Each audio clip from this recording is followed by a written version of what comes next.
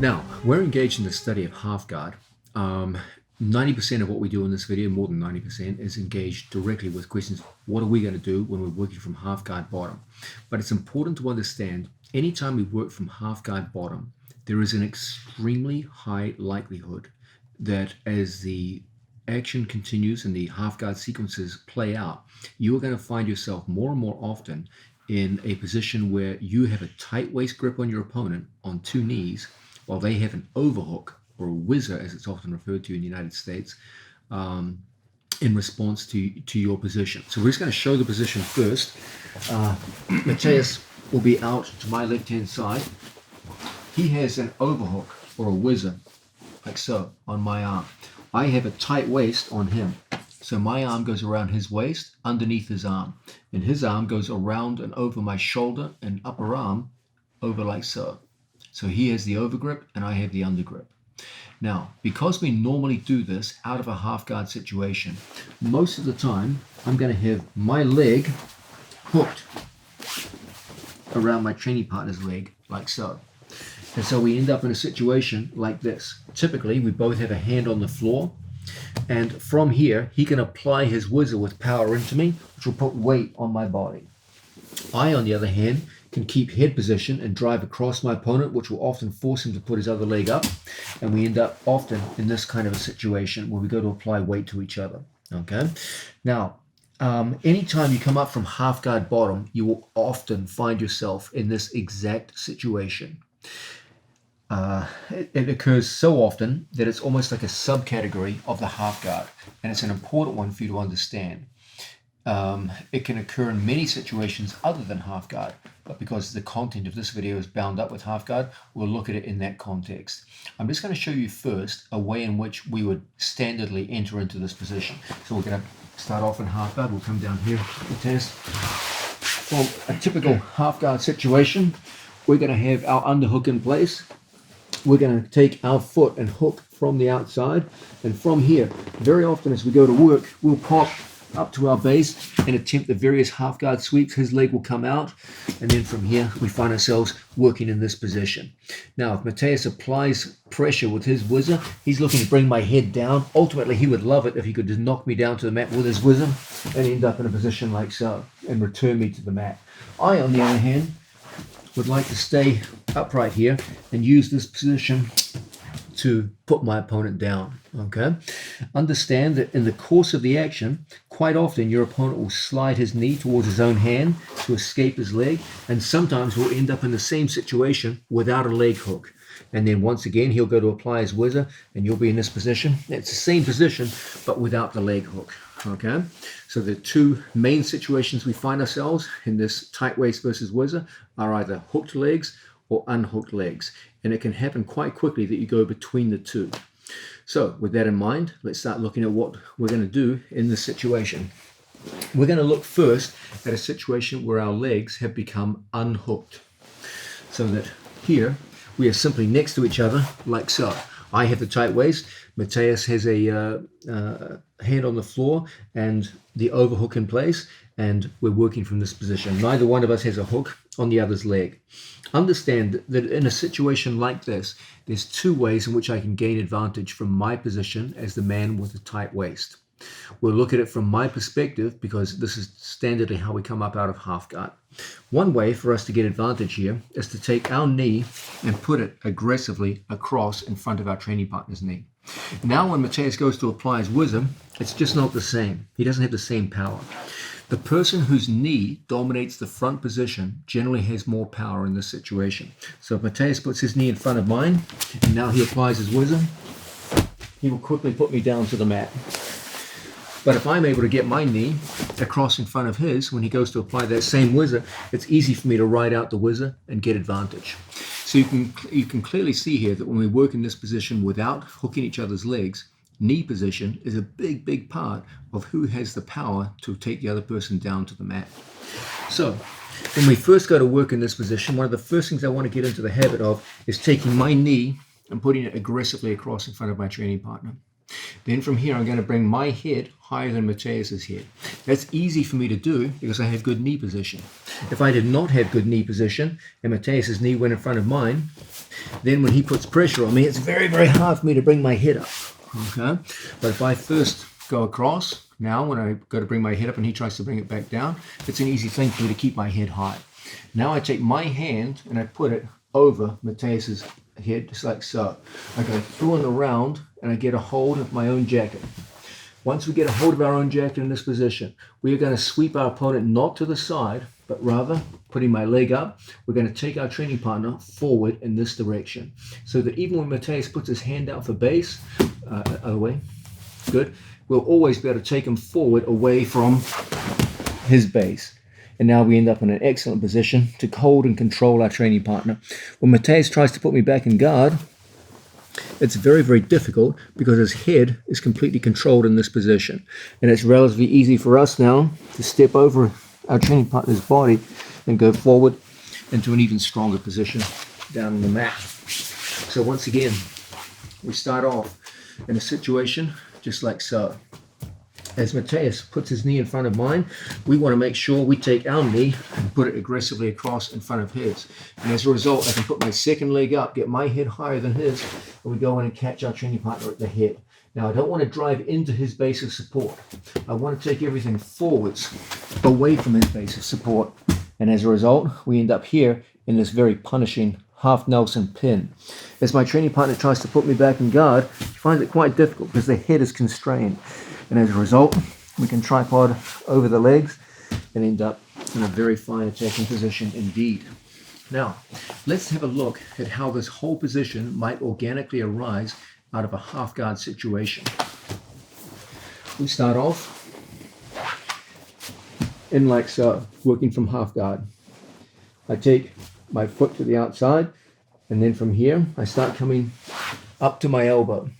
From this position, I bring myself up, and here we are. Mateus takes his leg out, and we find ourselves back in this fairly commonly occurring position. I bring my knee aggressively across in front of my training partner. I put my forward leg up. I catch my training partner at the head, and then everything goes forward to the mat. I put my head down, step over my training partner's body, and find myself now in the mounted position. This is an excellent and realistic way for us to come out of a half guard situation up to a tight waist on our knees against our opponent's overhook and fight for good position down on the floor. Now, we're looking at the idea of a tight waist grip versus our opponent's whizzer or overhook.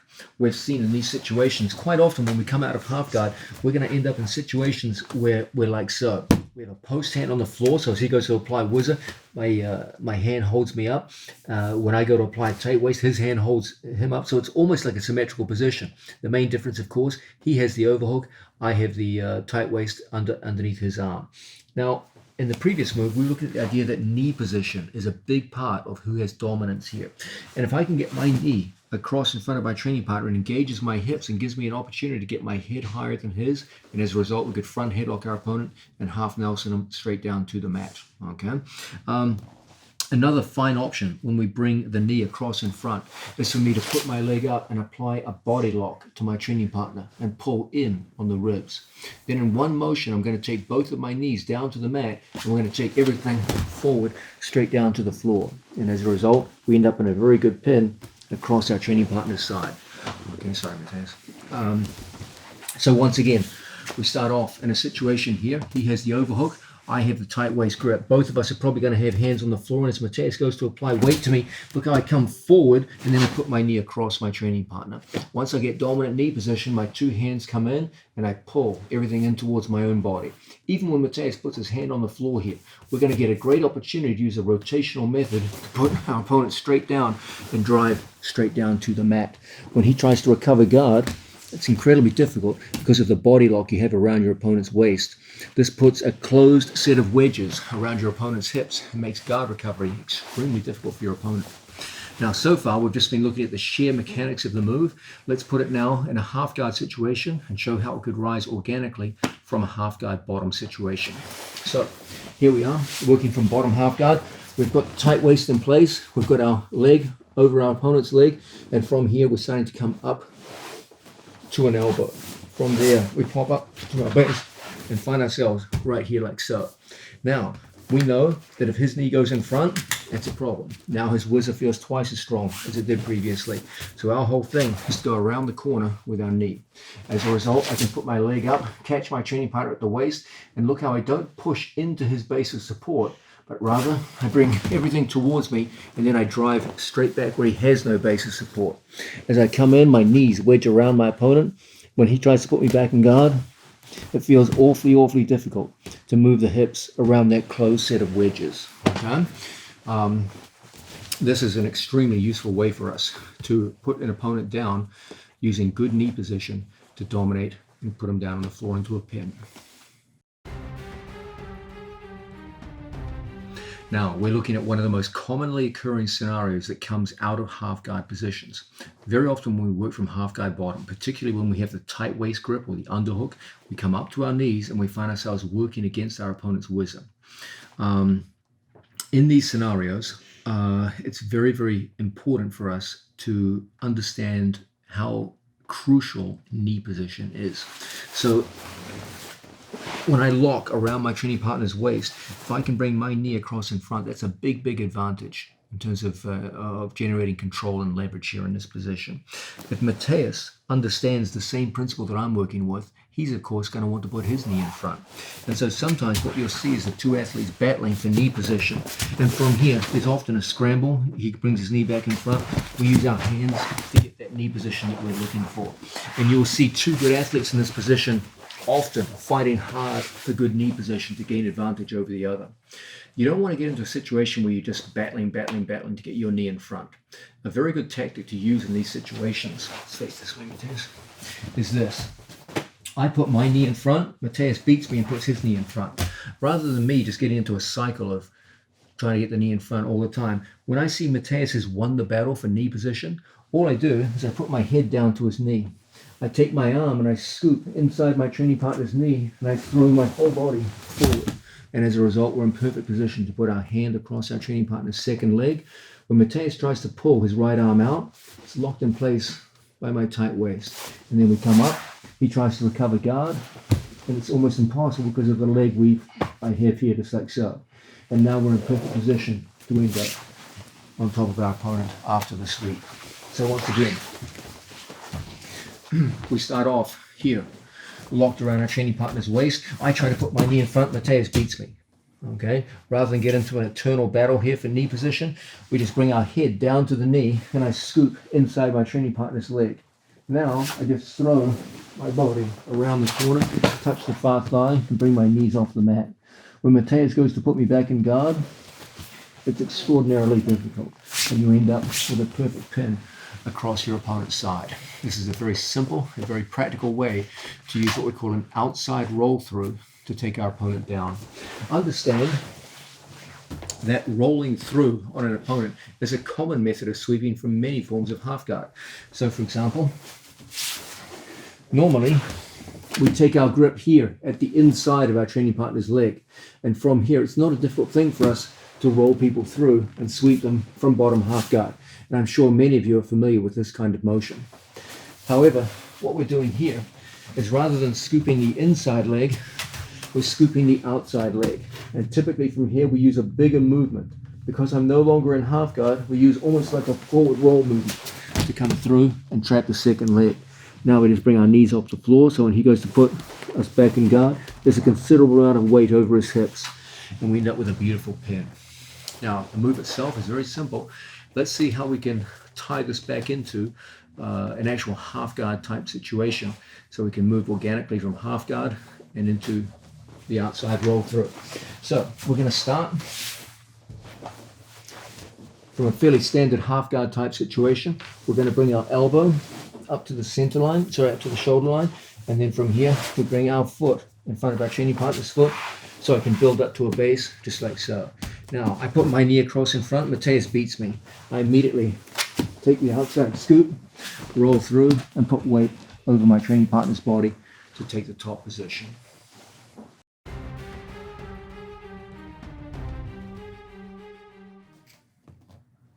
Now, we're looking at the idea of using a tight waist versus our opponent's whizzer, a very commonly occurring situation out of half guard in general. We've seen that when we work in this position, in general, there's a battle for knee position. And if we're on the losing end of that battle, a good response for us is to hit the outside roll through. Okay. Now, once you start using the outside roll through, your opponent's going to learn to anticipate it, because there's not much else I can do once I take that outside grip. It points you in pretty much one direction. You hit the move 2 or 3 times successfully on your opponent, and he's going to realize, okay, he wants to roll me through. So what they're all going to start doing is hunkering down, basing out, so they can't be rolled through.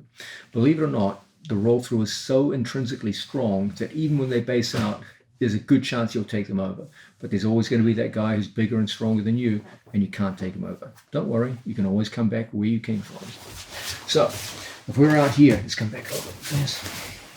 And Mateus gets knee position on me, and I hit the roll through. But Mateus keeps his grip, overhook, and he bases out, overhook.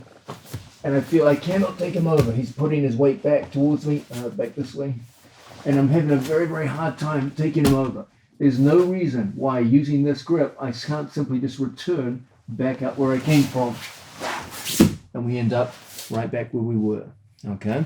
So if I feel Mateus has won the battle for knee position, and he sees me get the grip and bases out his whole body, and I roll and he doesn't roll with me, no problem. I just pull my body right back, and we're right back in the same situation. And then what do? We bring our knee across in front. We win the battle for knee position.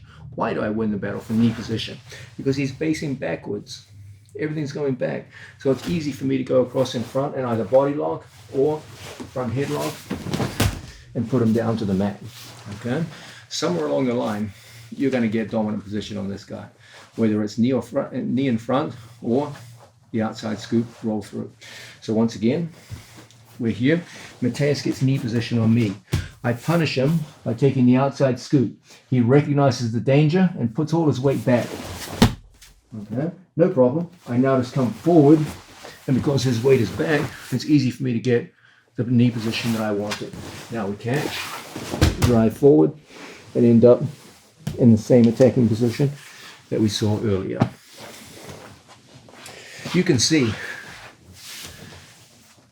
that it's going to be hard for your opponent to cover all the bases between knee position and the fact that you can go in 2 directions with the outside scoop, forwards and backwards. It's going to be hard for him to prevent you from eventually getting to a situation where you can put him down on his back. Okay, we're looking at this question of the commonly occurring position, tight waist versus whizzer, which often comes out of any hard half guard battle. A natural question for you to ask is, okay, this position seems to have some potential. Is there an easy way for me to get there out of half guard, or is it something that I just kind of have to wait for it spontaneously to happen? The answer is yes, there is absolutely a very simple, sensible way of getting to that position if you favor it. If you think it's a position where you can win matches from and you want to get there without having to wait for your opponent to put you there or for it to organically happen on its own, yeah, absolutely, there's simple ways to get there. What it usually involves is the use of my inside foot to prop on my training partner's knee so that I have the ability to get my inside foot from a half guard situation to a kneeling situation. The good news is it's really easy to do this. I'm going to demonstrate it at this angle so you can kind of see what's going on here with our feet. Okay, I have an inside hook with my legs. Okay, I have a tight waist already on my training partner. My first thing in this situation is I'm going to take my outside hook over the top and trap my training partner's leg. So I make a switch from inside hook to outside hook. Now I take my elbow up to my shoulder line and I come propped up on an elbow like so. Now watch my inside foot. My inside foot comes up and props on my training partner's knee. So when Mateus goes to move his knee around, it's locked in place between my left foot and my right foot, between my heel and the sole of my right foot. When he goes to move it around, it's well trapped. And there's no reason now why I can't take my outside leg out and pop up, and now we find ourselves ready to go. As my opponent gets knee position on me, we can now hit any one of those moves that we saw and go on the attack. So let's have a look at that again. We have an opponent here in our half guard. We've got the tight waist in place and we're down on a shoulder. Initially I have an inside hook. When my opponent tries to pull his leg away from me, not easy. The inside hook's a strong, robust method. Always bear in mind the inside hook, we never want to be ankle to ankle where he can pommel and escape. We want to be ankle to knee. When I pinch and scissor my legs, when he goes to pull his leg free, it won't be an easy thing. It's a good control. It's a good connection to our opponent's leg. Now, with that strong sense of connection, we're now going to take our outside leg and pommel over the top and capture his leg. I'm going to take my elbow up to my shoulder line and now prop myself on my elbow. From this position, I come up to the knee and I capture the knee at the back and the knee at the front. So when he goes to pull away, there's an excellent control of the leg. Now from this position, outside leg comes out and we pop up. This is going to give us a good ability to go on the attack. If he wins the battle for knee position, we're going to go through and take him over. If he hangs back with his body weight, so I can't take him over, there's no reason why we can't just come right back up to our base and back into a position where now we can continue the fight for knee position and all the various moves that we saw out of the tight waist versus whizzer situation. Seen in this light, you can see there's a good deal of foot fighting going on from the bottom half guard position in order to get up. I'm just going to show everything we just did from a different angle so you get a different sense of how that foot fight plays out. Okay, with our backs to the camera, we're going to start off in a pretty conventional half guard situation. Inside hook in place, just like so. Okay. When Mateus goes to move around, I have good control of my training partner's leg. Now from here, I take the outside hook over the top, and inside hook is replaced by outside hook. Now I bring my elbow up to my shoulder line, just like so. And as a result, I can prop on my elbow. Now my left foot goes behind his knee, my right foot goes in front of his knee, so that when he tries to pull away, you have excellent control over the leg as a whole and the knee in particular. Now I move out, pop up. He wins the battle for knee position, but runs right into an outside roll through. And as a result, we get a good knockdown to the floor. I just want to show you in additional detail now. This particular method of using the sole of our foot to control where his knee is positioned has an obvious advantage, which I'm sure many of you picked up on as you watched it being performed. If the sole of my foot is on his knee, I can push his knee back. And if his knee is back, it's going to be very easy for me to get dominating knee position. We know that anytime we work from this position, if we can get our knee in front, that's a big advantage. Okay, it's that which makes it relatively easy for me now to get my head higher than his and get over the head, or to lock the body and turn my training partner down to the mat. It greatly weakens the application of my opponent's whizzer. Now, if we go back and look at an angle here, if I come up with my outside hook in place and I put my foot here on my training partner's knee, who do you think is going to win that battle for front knee position? It's almost always going to be you. We put our hand on the floor and I push his knee back. It's going to be almost impossible for him to win the battle for knee position now.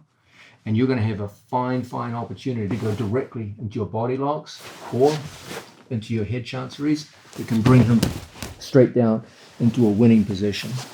So there's a happy marriage there between your ability to push the knee back and your ability to get that dominant front knee position, which is going to put you in the driver's seat when you work in the tight waist versus whizzer situation. Now, we're looking at the idea of half guard attacks in general. Here's something for you. Almost all of the main forms of attack out of half guard involve some degree of fighting for supremacy for foot position between you and your opponent. Always remember that at the end of the day, any half guard situation is a situation where two of your legs are fighting against one of your opponent's legs. That's one of the prime appeals of half guard as a position for jiu-jitsu athletes. It gives you a kind of a 2-on-1 advantage, where instead of having your two legs around your opponent or in front of your opponent, you have two of your legs directly around one of your opponent's legs. So it's, in a sense, it's kind of like a lower body 2-on-1 situation.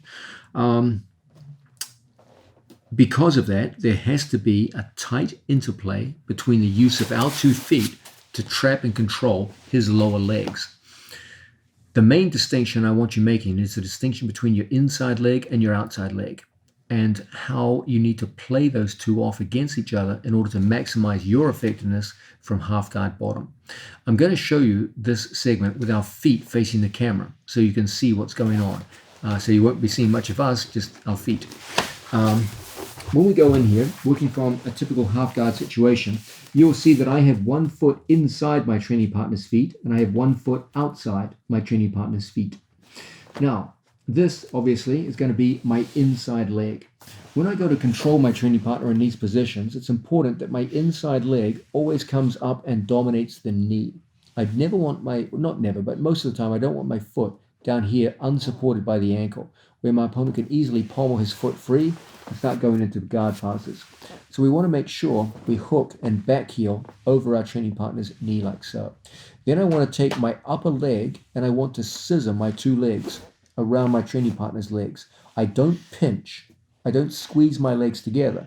Remember, squeezing your legs together is not a very strong physical action. A much stronger physical action is scissoring your legs. So instead of me squeezing my legs and getting tired quickly, I pinch and scissor my legs. And this way you can hold on to people very strongly for long periods of time. You can see with no hands, when Mateus goes to yank his right leg out, it's enormously difficult. You have an excellent bite on your opponent's leg. Okay. Now, as much as we like inside hooking, many of the moves from half guard require us to use an outside hook. So we want to be able to transfer from inside hook to outside hook. Now, when we work with an outside hook, I back heel. I never just have my foot loose and extended, where my opponent can easily pommel his legs free and start to escape. We're always looking to back heel. So my ankle on the outside hook comes back towards his ankle. And this is going to create a strong ability for us to off balance and move an opponent. Okay? You can make things quite tough for your opponent by pulling on your opponent's ankle and using torque pressure on the knee and hip to maneuver him around. You also have the option of going through and taking his knee out of the position and locking a triangle in something more like a quarter guard, where his knee is free but his ankle is still trapped. And from situations like this, you can often generate considerable torque on your opponent's lower body to turn them over. Okay, so once again, reviewing what we've seen so far. First, inside hooking. We take our foot, the inside foot, up to the knee, and we pinch our 2 legs together with a scissoring action rather than a squeezing action. This gives us excellent control of the leg. If we need to switch from an inside hook to an outside hook, we extend our 2 legs and back heel so that we're ankle to ankle with our training partner. We have the option now of bringing his knee over our legs and locking the figure of 4, a good triangle around my training partner's ankle. Again, when he tries to pull his leg free, it's incredibly difficult. And from here, we can exert considerable torque and pressure on our training partner's lower body to start turning him over. So these are some good examples of using our feet to fight for supremacy on our opponent in half guard situations. Let's go further now to the idea of feeding a leg. Very often, I will use a pass off where my right foot will pass my opponent's ankle to my left foot. So from a situation like so, instead of me just stepping my foot over the top of my opponent's ankle, many times my opponent's feet will be turned inwards, and it can be quite difficult to step over and make an outside hook. In these situations, we use our inside foot to pass and gain the outside hook. Again, if my opponent has his feet turned inwards, it can be quite difficult to go straight to an outside hook. So we use our inside foot to feed the outside foot. and then we hook in on our training partner and find ourselves in a good position to go on the attack. Another position we often make use of, typically we use it more in no-gi situations, but it has its value. This is the use of a scorpion, often referred to as a lockdown in other parts of the country. A scorpion is an interesting mix of inside and outside foot position at the same time. It's a closed set of wedges around your opponent's ankle.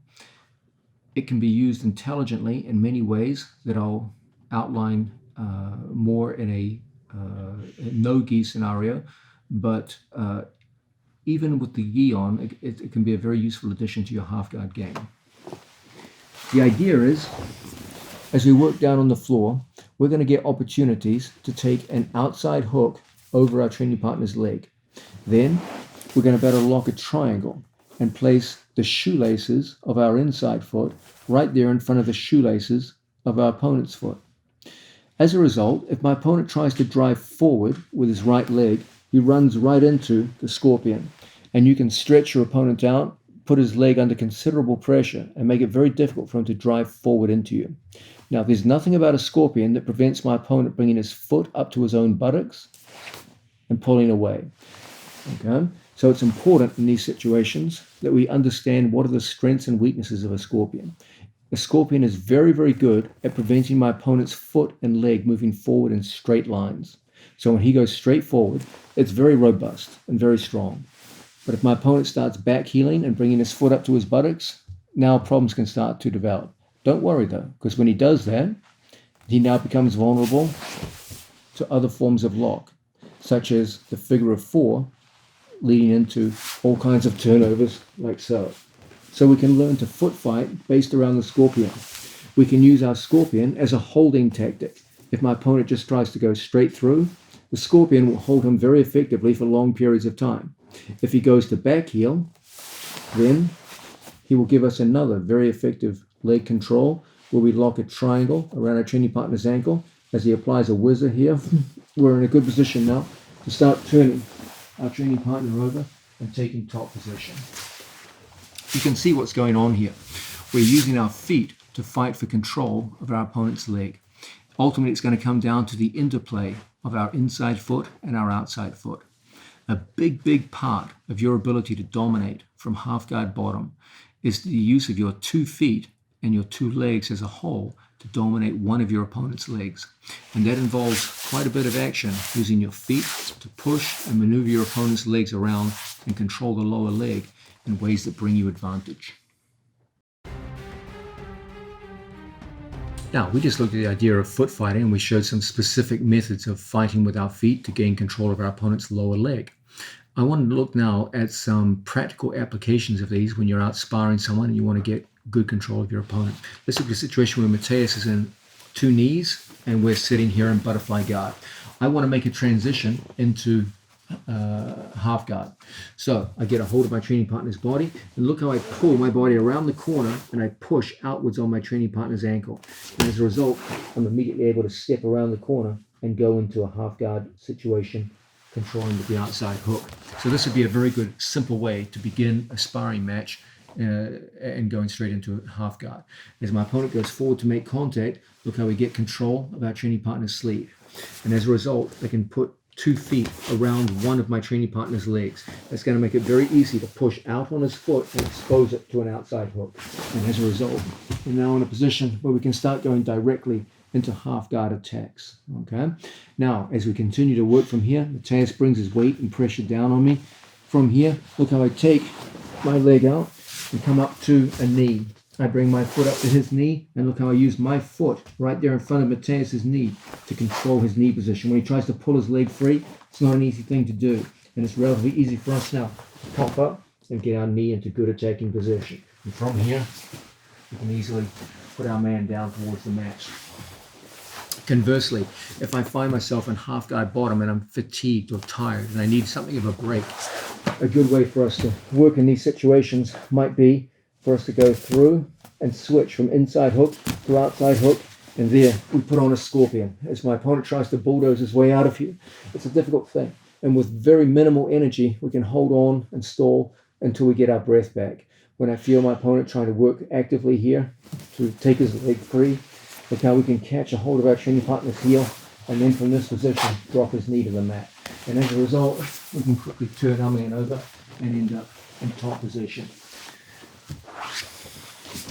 Seen in this light, we can see that we can often make quick transitions and work very, very effectively from bottom position.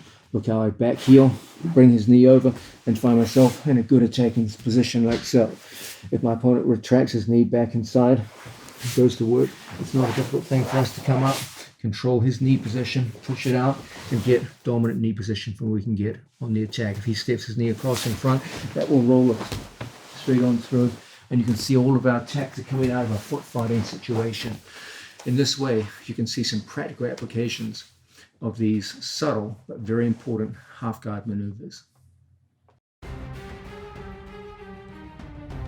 Now, we're in the middle of looking at this half guard bottom series, the tight waist series, and I'm urging you to spend a lot of your half guard development time on this series. Whenever my opponent has upper body dominance, we typically go the route of the elbow escape. When I have upper body dominance from bottom, that is some kind of underhook usually. Typically, I like to see my students begin with the tight waist series.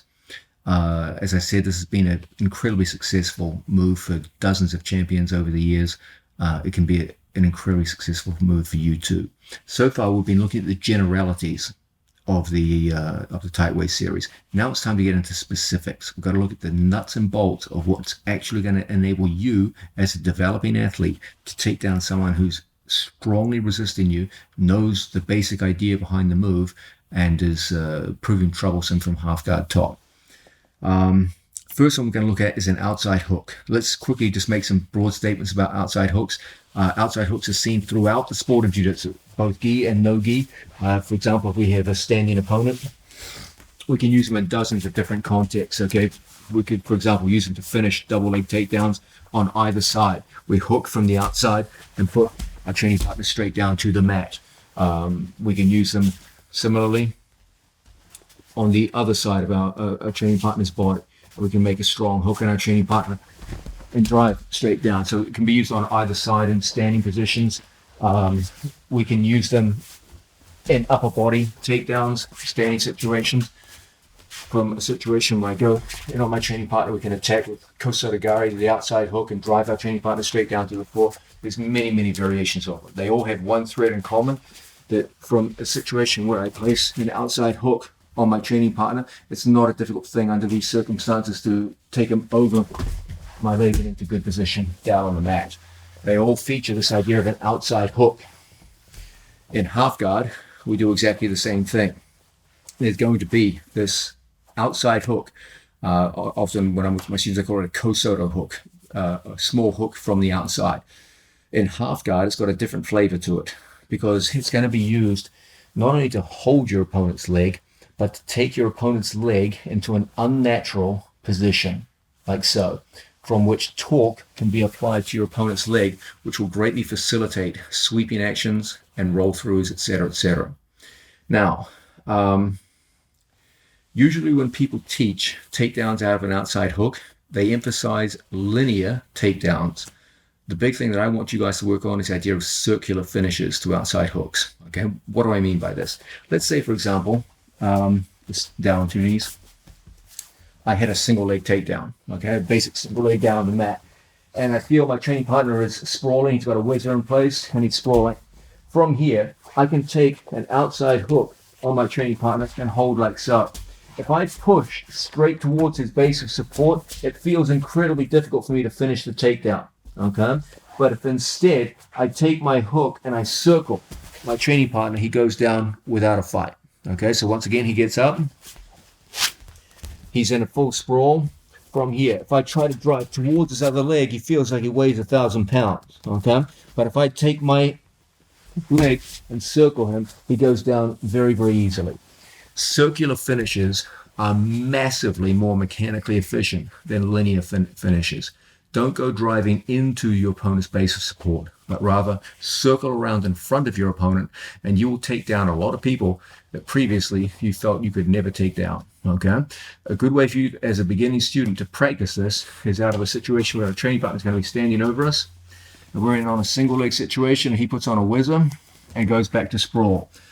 We put our hand down on the floor as he goes further and further into the sprawl, legs going back and away from me. We're going to put our knee in towards his knee, and we're going to step over his leg. We're going to hook his leg back just like so. As he makes a strong base of support, we're going to practice the skill of circling and walking our training partner's buttocks down to the mat. At no point did I reach for the legs or try to hold his feet. I just used the power of a circular outside hook to knock my opponent down. Once that mechanical methodology becomes familiar with you and you're doing it quite well in light drilling, it's time to bring it down to the half guard game. So we're going to start off in a situation where our training partner's here in front of us, and we kick through and come up like so. From here, we're going to hook around our training partner's leg. Notice that when I hook, my knee does not point up to the ceiling. Now it's very easy for Mateus to bring his knee through the middle and start passing my guard. Okay? It's important when we make the outside hook that my knee points down towards my other knee. So when he tries to punch his leg through, it's not going anywhere. Okay? Now, from this position, when we come up to our base, I'm going to put myself in that same outside hook situation. Look how I circle around my opponent and I put him straight down to the floor. I'm just going to come closer to the camera now so you can see the details of the outside hook. It's very important you understand how to hold an outside hook first before you actually apply the move as a takedown. First, just the mechanics of holding an outside hook. Okay, as soon as I get an outside hook, I want to be knee deep on his shin. Don't just have your ankle. You've got to get in knee deep on your opponent. Okay? Now, secondarily, when I start using this grip, look how my left knee points towards my right knee. If my left knee points up to the ceiling, it's so easy for him to cut through my legs. So it's very important that we hook decisively, knee deep, and my knee comes down to my other knee. So when he tries to punch his legs through, nothing's going to happen. Which is going to make it relatively easy for us to get up to our base. Okay? Now, as he goes into his full sprawl, it's hard for me to go straight into his legs. It's very, very difficult. So our whole thing is always to walk him backwards and circle around in front of him. It's from this position that now when he tries to get up, it's so difficult. And then we can just lift and circle our training partner down to the mat. So you see, by the time he actually hits the floor, we're prescribed almost a full arc of a circle. This is the key to getting up under resisting people and knocking them down to the floor. You will see that what makes it difficult for me to take him down in these situations is the fact that his other leg is out and away from me. If my opponent's naive, when I get up to my base and his knee is on the floor, it's relatively simple for me in these circumstances to pull legs in and put him down. The hard work comes when the leg comes off the mat. And from here, we're working overtime to take him down. Okay? Look out, from this situation, the whole thing is me picking the leg up and walking the circle. It's that which puts him down. Now, as he tries to get back up, again, it's that circling action that puts my opponent down to his back and gives me the position I want. Learning how to circle an opponent with the outside hook is your first step in putting tough, resistant opponents down from half guard bottom in your tight waist series. Now, we've been looking at half guard bottom, tight waist series. We just saw the circular kosoto or outside hook to put our opponent down. Now let's start looking at linear finishes. Why would we use a linear finish? Well, usually in situations where my opponent has two knees on the mat. And in these situations, it's typically pretty easy for us to get across to the second leg and take our opponent down with variations on double legs that are appropriate from half guard jiu-jitsu type situations. Pretty different from regular double legs for takedowns. So they both involve attacks on legs, double legs, but they're not very similar to a double leg you would normally employ in standing position, for example. Okay, from half guard situation, we know that if we're propped up on an elbow and we have our outside hook in place, two knees pointing towards each other, you've got excellent control of your opponent's leg. You're in a good, strong, solid position with your tight waist grip, and from here it's not such a difficult thing for us to get up. We know that once we build up to a hand, we go from an elbow up to a hand, we can heist and come up just like so. Most of the time, once we start heisting, we're looking to block our training partner's knee. Why? My opponent knee slides through, they can turn and face me and go into a front headlock, and now you've got problems, okay? So it's important that we learn to stop knee sliding, because that's going to be one of the prime methods of defense that your opponent will employ in this situation, okay? So once we come up in here, we know that one of his main things is always going to be the knee slide. So it's important in these situations we go in and we block the knee slide right from the start, okay? Now, once we get here, I notice that his knee is on the mat. So we can take advantage of this. First method is for us to put our hand, let's turn around this way.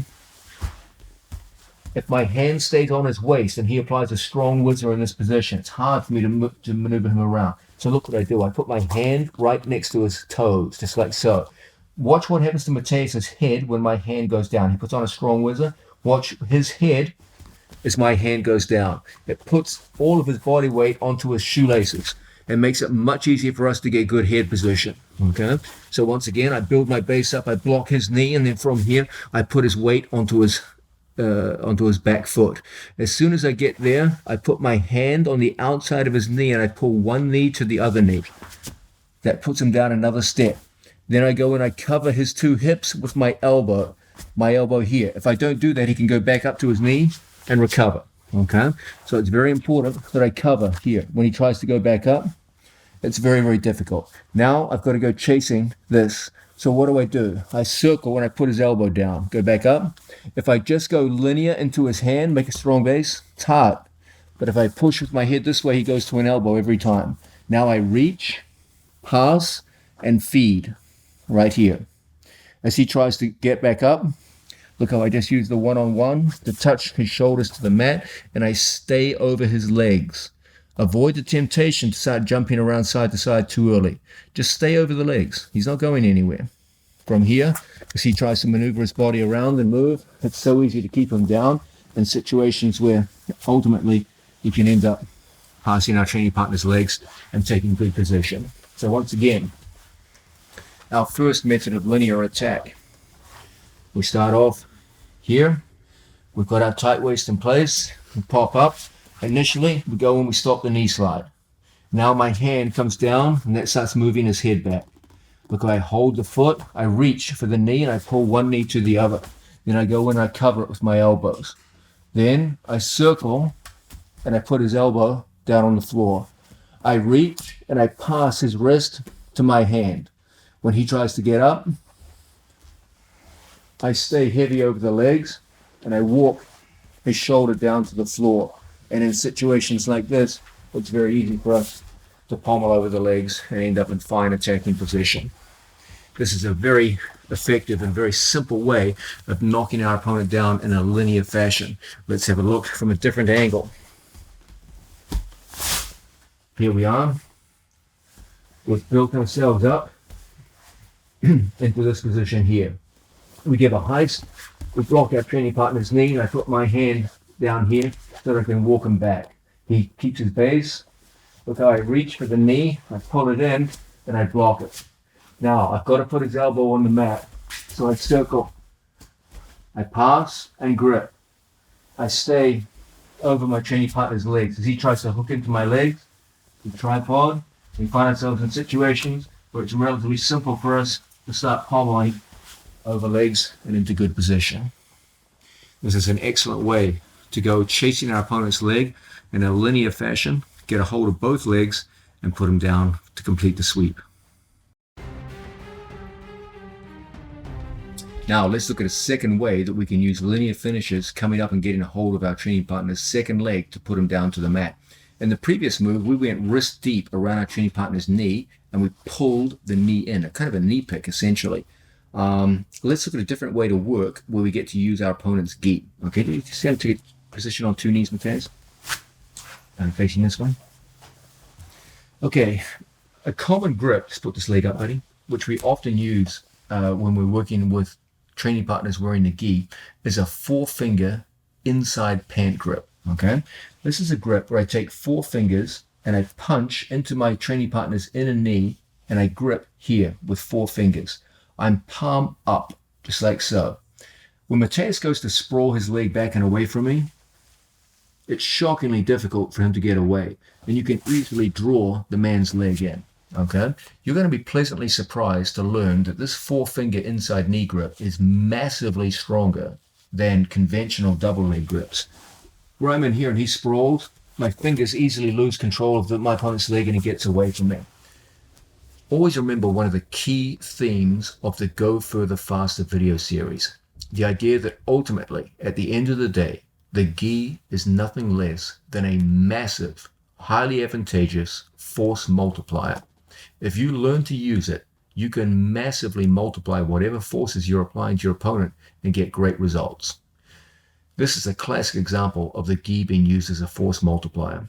Whatever force I can exert with my fingers in a double leg situation is minuscule compared with the force I can exert with my fingers with an inside knee pant grip. When he goes to sprawl now, good luck. And you can easily pull people's legs in. You will be able to double leg people that you could never normally double leg with just a no-gi grip. You must learn to take advantage of this grip whenever you can. Working from bottom half guard is an ideal opportunity. Once again, the key element is we take 4 fingers like a spear hand and we spear our fingers in and we get second knuckle deep on our training partner's gi pants. We work palm up. Why? I want to create a line of tension in Mateus's gi pants. And the way we do that, you see the line of tension in the camera? That's how we do it. Now when he goes to sprawl, you will always be able to pull your opponent's leg in and bring your elbow to the hip in a way which is massively stronger than the equivalent no-gi method where we're in here getting extended and falling down in the bottom of a heavy sprawl. Okay, now let's put this into the half guard context. Okay, we've got an opponent and we're in here working from the position that we favor. We know now that if we get up here and put a knee blocker in, we can often go through and score this very valuable grip. It often occurs because people stand up out of this position. I'm going to demonstrate it first with Mateus on 2 knees, but don't worry, I'll cover the standing situation too. From here, I go when I take my 4-finger grip. Now, as Mateus goes to sprawl his leg back, it's impossible. And from here, I simply pull his leg out from underneath him. It's similar, Mateus will tell you, to the feeling of a rug being pulled out from underneath your feet. It's a terrible feeling, and it puts people down in very short order. So, once again, we go in on our training partner. I put my knee block in, and then from here, I score the 4-finger grip. I take the extra time to punch in 4 fingers, hold, and I get palm up. Now, even if Mateus puts his leg up, goes to get away from us, it's so easy just to pull the rug out from underneath his feet and put him straight down to the mat, okay? Guys, you must learn to use and think of the gi for what it is, a force multiplier. Whatever force you could ordinarily apply to your opponent with no gi, you can double, triple, quadruple it with the gi. This is a classic way to take what would ordinarily be a rather weak and tenuous grip in this situation and turn it into a devastating sweeping method. Think about it like this. If I come up in this situation and my opponent's leg is out and I just try to reach across for a double leg, he's not going down, trust me. One application of the whizzer and my hand has to go to the floor, okay? But if I come through on my training partner and I get this grip and he goes to apply his whizzer, I'll pull his legs out from underneath him every single time, okay? This is just an incredibly effective grip for us to get. Nowhere is it more effective than in a situation where our opponent tries to evade our half guard sweeps by standing up. This is a common reaction whenever we're working from half guard bottom and we get up here like so. And this is the ideal time to hit it. I come in, because my opponent's standing, there's even more slack in the gi now. As he goes to sprawl, it's so easy for us just to pull the leg away and we end up with beautiful trips down to the mat. I'm demonstrating on 2 knees. That's because I have a hip replacement. But you guys are young and strong. You could stand up from there and run your training partner through and put them down with some pretty serious amplitude and create a spectacular sweeping effect from bottom position. Now we're looking at the idea of coming up from bottom position and getting to our opponent's second leg to put them down with sweeps from half guard.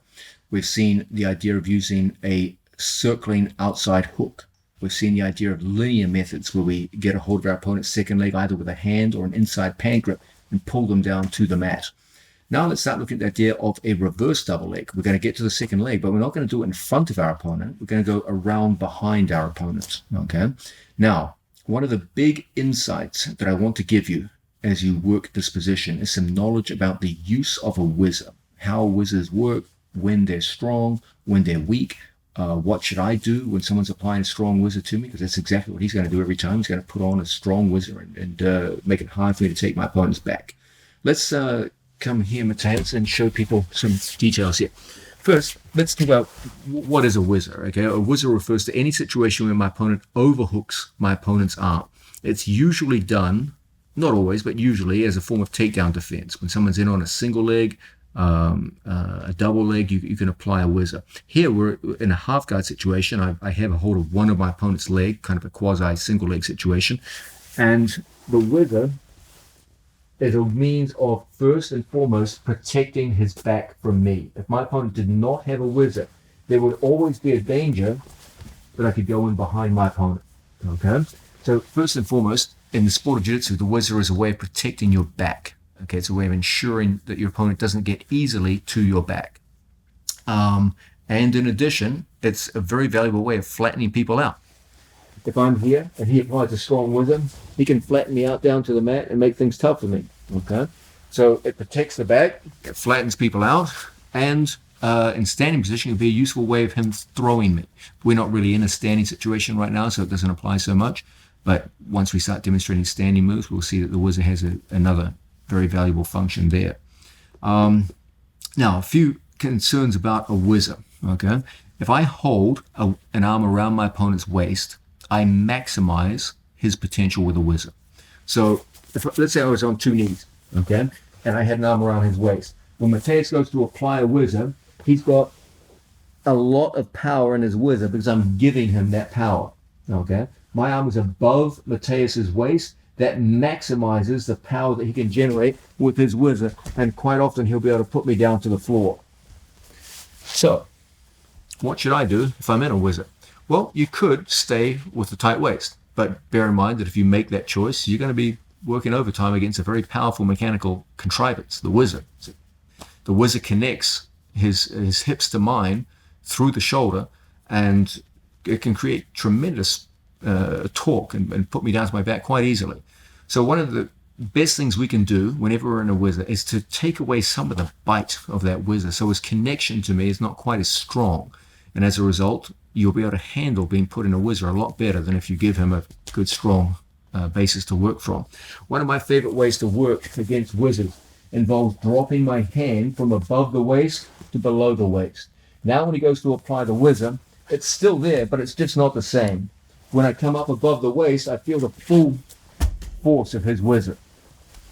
But when I work below the waist, and here, when he goes to apply it now, it's much less of a concern to me. Okay? Another way I can take off some of the pressure of the whizzer is to go above the waist. Okay? Where I put my hand all the way up here, or even across on this side. And when he goes to apply a whizzer from this position, bring your head up. When he goes to apply a whizzer from this position, it's much less powerful, much less bite involved in the whizzer. Okay, so if we turn back in this direction, from here, if I'm around Mateus's waist, I feel the full power of his whizzer, and I easily get thrown. But if I take my hand and I bring it upstairs, here, etc., when he goes to apply that same whizzer, it's much easier for me to deal with now. Okay, so I either go below the waist, down here, he goes to apply a whizzer, it's much less effective, or I come up here, and again, his whizzer is much less effective. So those are some general insights on the whizzer and how to take some of that bite off it and make it a less scary weapon to come up against. Now, with this in mind, let's look at the idea of going behind our opponent to get reverse double legs and put him down out of half guard. So we have an opponent here in front of us. We start off in a half guard situation. As always, we pop up, but I find I cannot get my knee in front as an effective blocker. Okay, he slides out and out, good, and I can't get knee in front. I'm going to take my arm below his leg here, below his hips, down to the leg. And as a result, from the situation, I can start an action of tripoding. When I tripod, I force his second leg down to the mat. When he goes to apply a whizzer, it's very, very difficult because of my body angle. Okay, it's actually risky for him to put too much application involved here. Okay, from this situation, it's not a difficult thing for me to switch my hands. Okay, so I come up, I switch my hands, and I go across to the second leg. I can grab the ankle, or I can go across to the knee. What I don't do is I never go above the waist, because now he goes right back into his whizzer and throws me a second time. Okay, so demonstrating in this direction. His hip line is the demarcation. Okay, if I start going above the waist, I give him a second chance at the whizzer. So I always want to stay below the waist. So I go here and then to the knee, and I put my training partner down to the mat. Okay, don't go above the waist with the whizzer. If you feel he's got a strong whizzer, you're going to go right into the force of his power. We come in, we're in this position, we come up, I drop down low. So when he goes to apply that whizzer, it's a difficult thing. I start turning my body in. I get my shoulder in behind his hip, and I go across to the ankle, and now we're in a good position to start putting him down. If he comes back up to a knee, you can always switch from ankle to the knee. And then from here, we're in a good position to either take his back because his whizzer came out, or if he stays on the whizzer, we can always put him down to his head and score our sweet points. Okay, this is an easy way for us to get to the second leg, a double leg, from behind our opponent, a reverse double leg, and score from half guard bottom. Now, let's look at one of the most valuable skills that we can learn with regards to half guard bottom game. Understand something. Much of the modern half guard bottom game can benefit immensely from the study of the sport of wrestling, because a large part of what we do is come up into single leg type situations, tight waist situations, and these are situations seen all the time in the sport of wrestling. Moves like the limp arm that we just previously saw are wrestling moves that have tremendous applicability in the sport of jiu-jitsu. The move we're about to look at now also is derived from the sport of wrestling, and it plays an important role, particularly in the American collegiate styles of wrestling. This is the idea of stepping around a whizzer. This will take us into a position often called a guillotine in the sport of wrestling. We can't use that name in the sport of jiu-jitsu because a guillotine means a stranglehold from the front, but in wrestling this is often referred to as a guillotine. Now, we've got to understand something. In the sport of wrestling, one of the great cliches is you never step over a whizzer. What does that mean? Let's say we have two athletes next to each other on the knees, and my training partner has a whizzer, and I have the tight waist grip, and we're down on the mat. One of the great cliches of wrestling is you never try to get a far hook in on your opponent by stepping over your opponent's body, because I become very, very vulnerable now to a simple whizzer as he applies pressure. I'm so elevated, I get thrown every single time. Not only do I get thrown, I get buried, I get tossed. Okay, and you end up looking like an idiot. You try to step over a whizzer and you get tossed and end up on your back. Now in the sport of wrestling, if you get tossed on your back like this, you're in serious trouble. It can all be over in a matter of seconds. So in wrestling, you'll often hear people screaming, never step over the whizzer. Now in jiu-jitsu, it's not that simple. There are times you do want to step over a whizzer in the sport of wrestling. You can go to a flying triangle, for example. If I can deliberately step over a whizzer in the sport of jiu-jitsu, as my opponent goes to throw my back to the ground, you end up in a triangle attack. So it's not a bad thing to do in the sport of jiu-jitsu. But right now, we're interested in putting this guy down. So it's more like wrestling than it is like jiu-jitsu. So let's stick with the wrestling wisdom. Don't step over a whizzer if you want to stay in top position. If you're interested in falling back on your back for submissions, that's different. You can definitely do that. It's definitely one way to go. But if you're interested in getting top position, the wrestlers are absolutely correct. Don't step over a whizzer. You don't step over whizzers, you step around them. What does that mean? Okay, let's face away from the camera. Okay, we're in here. and I go over his waist with my leg. I'm setting myself up to be thrown by a whizzer straight down to the ground. Okay, so that's a disaster. So what should I do? See his belt? When I come around the whizzer, I have to go below the belt. So what I want to do in these situations, and see it goes to apply whizzer, I want to start by turning my hips in on the whizzer so that I can take some power off it. If I'm down on 2 knees and he applies a whizzer, I get thrown easily. So I turn my hips into the whizzer, just like so. Okay? He goes to apply his pressure, and look how I turn my hips in. From here, I use my base of support, my hand, and I'm going to whip my legs around behind my training partner to this position, so that my hips are below his hips. The minute my hips go above his hips, that's when I get thrown. So it's important when I come around behind my training partner, I turn my hips in, I walk around behind him, look how I throw this knee to the mat, and I keep my hips behind and below his hips. So when he goes to apply his whizzer, it feels very difficult. My hand will hold me up. Now I just take my leg and I hook in on the opposite side, and that will force his arm out. It's very, very painful for him to continue holding the whizzer. Okay. Now from this position, I've got my left hook in, so now it's all about me getting my right arm underneath, so that when we lock, we're securely bound in on our training partner and we get straight to his back and a good winning position. So once again, we start off, bottom half guard situation. I come up and I feel the strength of his whizzer in this situation. Okay? Look how we turn our hips out and around. From here, I put my knee between his legs and I keep my hips low, below his waist. So when he goes to apply his whizzer, my hand will support me. And from here, I take my leg around the corner and put in that far hook. And as a result, we go right behind our opponent. Sometimes you'll have a flexible opponent. Can you reach back, Matthias? He'll keep his whizzer even here.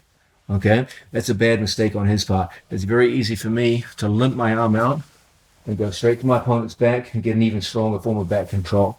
Or if he reaches back, you can even in these situations find yourself in situations where you can go into a full cross-body ride, all kinds of advantageous positions. Okay, so it's pretty much in his best interest to abandon the hold, and then from here we end up in perfect position to break our training partner down to the mat and get to the win. So the whole feeling that we want to create is the feeling of staying below his hips and stepping around his whizzer, below and around rather than above. And that way, you'll be almost guaranteed to get your opponent's back. So once again, from an initial half guard type situation, I come up, look how we turn around our training partner's body. I turn my hips in on my training partner, then in one motion, I throw my body around. From here, my hook goes in, and look at that. We're hooked in behind the man in perfect position to go through and score the back. This is an excellent way to turn a neutral situation like tight waist versus whizzer into a win. Now, we looked in some detail at the tight waist series. It's my contention to you as a developing student in the sport of jiu-jitsu that when it comes time to work from bottom half guard position where you have the benefit of an underhook, so you have what most people consider upper body dominance, the tight waist series is probably the single most applicable, single most high percentage, and single easiest to learn sequence that you can use in the sport. I strongly urge you to invest a considerable amount of time in gathering expertise in this very, very effective method. It's been used by so many champions for so long in so many different domains. It can work for them, and in a beginner's class, you will absolutely crush your peers if you can develop expertise in this area of the sport. The basic idea behind it is this idea of a trilemma between threats to your opponent's back, threats to take them down with some variation of double leg, and threats to roll them through when they overextend with their whizzer arm. The basic battle that's being fought is a battle between your ability to come up behind your underhook versus their ability to hold you down behind their whizzer. That's the basic dynamic of the struggle. And who wins and who loses comes down to who manages that basic struggle between your ability to come up with an underhook and their ability to keep you down with an overhook or whizzer. we've seen a bunch of different ways. Let's quickly put them in a context so that you can look at the big picture of what we're trying to do with this tight waist series and start to apply it tomorrow morning when you're training in the gym. So everything begins with underhooks, and we've seen there's a bunch of good ways to get there. We can work with a high knee shield, and from here come straight up to a tight waist. I can work with a low knee shield. As he comes in towards me, we cross frame on the other side, we come up to a shoulder, and lo and behold, we're in with the tight waist grip. We can have a situation where we're down here in what looks like a pretty unpromising situation, and I use a knee lever to make his arm go out wide, and from here we go in, lo and behold, we've got the underhook, and from here we build up to a hand, elbow, etc. We can use a situation where from here I use a whip over to the inside, and I get my opponent's hand out wide on the floor, and as a result we can come all the way up and into the tight waist situation. The basic components of a tight waist will always be the outside hook here, my leg hooked in, and my knee pointing down towards my outside knee, pointing towards my inside knee. This is the basic component. This gives us an ability to manipulate our training partner's leg into an unnatural position. It's going to be very important for control. When he tries to yank his leg out, it's just not easy for me. You've got an excellent control of him. Okay. The other basic component is the tight waist itself, which can be in different kinds of positions. Okay. We normally go here around our training partner's waist and hold on to the far hip. There are variations where we come up high on either side of the head or low down here at the leg. We'll be looking at those shortly. The other key components are the idea of a power prop or elbow prop, where I'm propped up on my elbow and my elbow is behind me so that I can bear weight in this position. When he puts all his weight on top of me, it's so damn difficult for him to put me down. Okay. Now, from here, we can also build up to a hand, and we come up to our knees.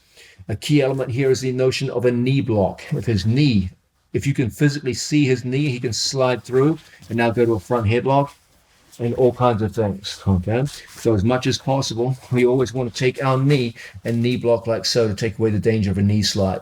Once we've got all those mechanical contrivances in place, it's time to start attacking. The first line of attack is always towards the far leg. And we can put that leg down, you're going to put a lot of people down. If I can't get to the far leg and it's too far out for me, then from here we can always circle and use the circular outside hook to put people down to the mat. If I feel his leg is up and the pushing power of the whizzer is so strong that I just can't put my opponent effectively down, this is a good time for us to start using roll throughs. Okay. If my opponent feels any weakness, if I feel any weakness in my opponent, I can take advantage of the gi as a force multiplier and physically pull my opponent down to the mat. But if he's so damn strong in this position that feels impossible, then we can use roll throughs to take him over. Once we start using roll throughs in this position, he's going to start wising up and putting his hands to the mat like so. And that's exactly when from here we can start to bring our head out and come up behind our training partners and threatening the back. Okay. If I feel I've come up successfully, but his whizzer is still in place and I cannot get the back, we have to go around his whizzer to the back. One way is to use the limp arm method, where everything goes down towards my opposite hand, and from here we go straight to the back. The other great method from here is to turn around our training partner's body like so and stay below the line of his hips so that we can step around his whizzer. And as a result, go straight in behind our opponent and into a good attacking position. Using these methods, we can develop an incredibly simple, highly effective, and combat-proven method based around the notion of dilemma. Threats to our opponent's back, threats to a takedown away from ourselves, or threats to from a roll-through sweep, to create a situation where, as your opponent tries to block any one of those three attacks, he must open himself up to the other two. It's so difficult for your opponent to follow your lead as you go through these three attacks. Anytime you get that underhook grip and you're starting your half guard journey as a developing student in the sport of jiu-jitsu, go back to the tight waist series. I've said it before, I'll say it again. This is a move used for so long by so many people at such high levels with so much success. You simply can't ignore a track record like this. It has to be a part of your half guard game. I promise you that time invested in this simple but highly effective strategy from half guard bottom will be paid off richly on the mats.